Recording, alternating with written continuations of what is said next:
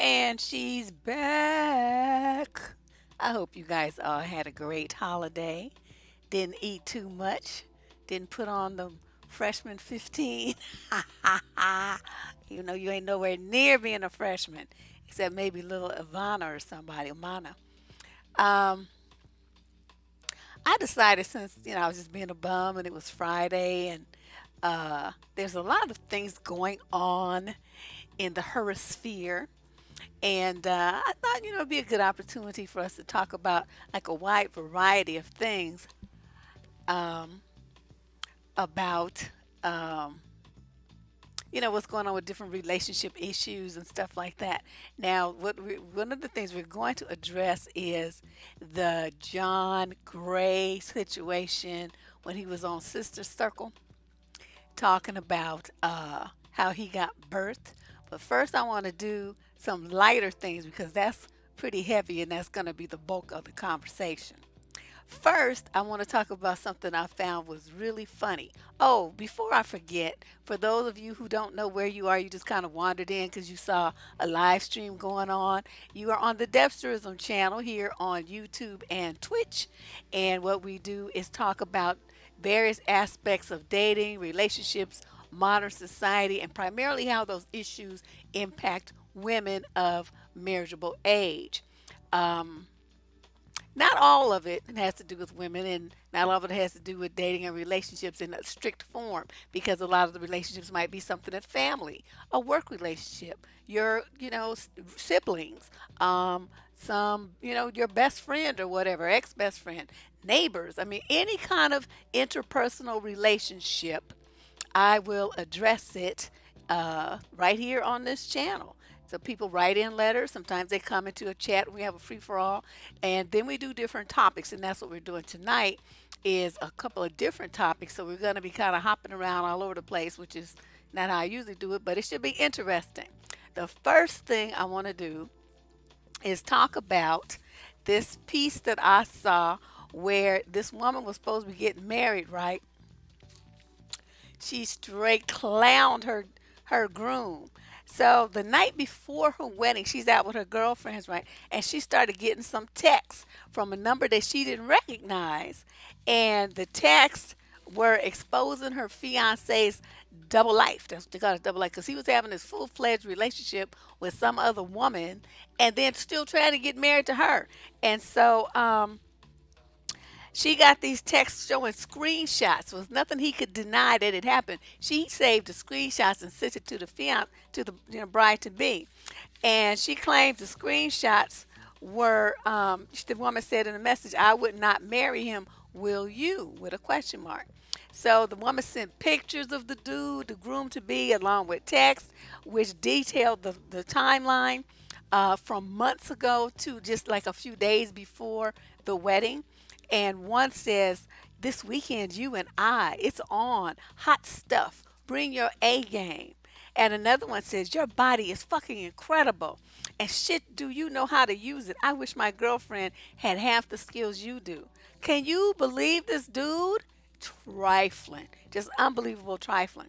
So her friends wanted her to call off the wedding, but she wasn't really sure what to do. And I think the solution that she came up with was the best because she got the opportunity to clown him in a way that was just so beautiful. It was just, it brought a tear to my eye. It was like, oh my God, I couldn't have thought of something better myself.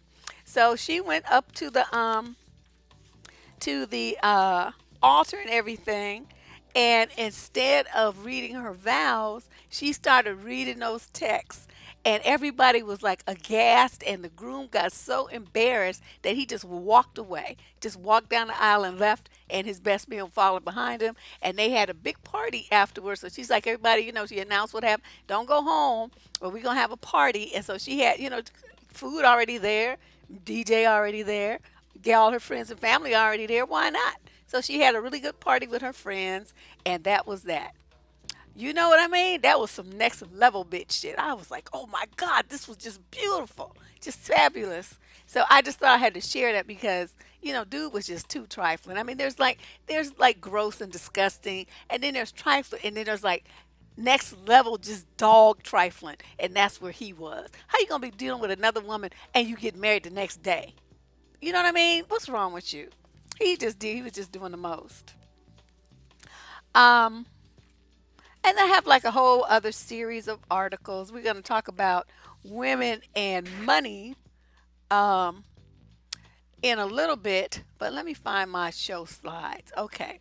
Now, those of you who know, yeah, I would have loved to be in there too, honey, because I would have been the name one up there, ooh, ooh, ooh, just jamming, just doing all kind of extra dance moves, and all my James Brown and the Cabbage Patch, and all my old dances from the '90s when I used to be in shape.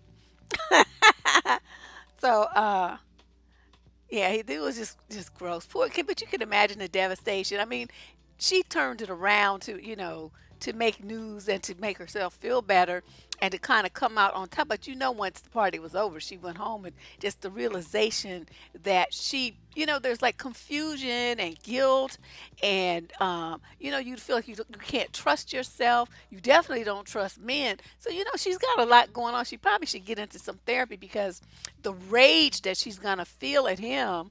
I don't want her to turn that onto herself. So I'm hoping that someone in her circle, gets her into some therapy so she can work through that, because otherwise, it's gonna just eat her up inside.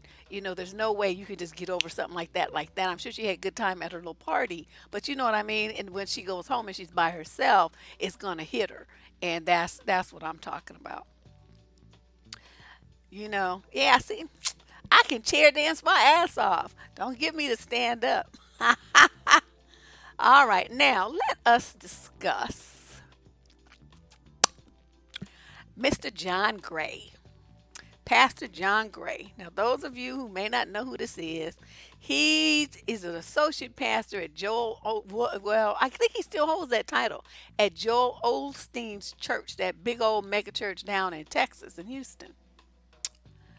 And he got invited to be a pastor of his own church somewhere. I don't know. I don't keep up with all this stuff, but you read about it in passing because he's like evidently like some kind of celebrity in the Christian circle, and so he's like like a head pastor now of some other church, but he still goes back and forth between Houston being the associate pastor under Olstein, and just released a book. So the book is called Win from Within, and he's talking about his journey through manhood. Is what I got from it. I listened to the whole clip. He did an interview with the Sister Circle TV show that runs on not VH1. What is it? The black channel. I can't remember the TV show. And so the sisters was interviewing him and everything, and asked him questions about this book. And then I'd heard the quotes, and people were asking me what I thought about it, and I didn't really have an opinion because I hadn't listened to it. And just like the thing that happened with Richard Lawson and Beyonce's mom, or whatever her name is, Tina, whatever. I want to hear the whole story. I don't want to just hear that little sound bite that everybody kept playing and quoting from. I want to make sure I understand the context under which a statement was made. So I went and I found the whole thing, and I listened to the whole interview. And this is what OWN, thank you. And TV One, there you go. He's on TV One. So